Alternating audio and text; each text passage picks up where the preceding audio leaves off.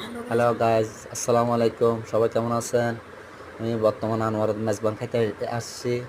আমাদের মাঝে আছে আমার প্রবতা ভাই নকিব, আছে আরও আছে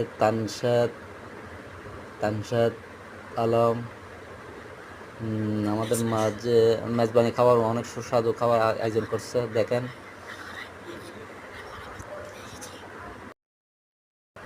আনোয়ারা মেজবান খেতে এসেছি। দেখেন, আমাদের মাঝে আছে তানশাদ, নকিব, তানবীর, মানিক, দিদার, আমার চাচু, ছোট চাচু আছেন জাহাঙ্গীর আলম, আমি।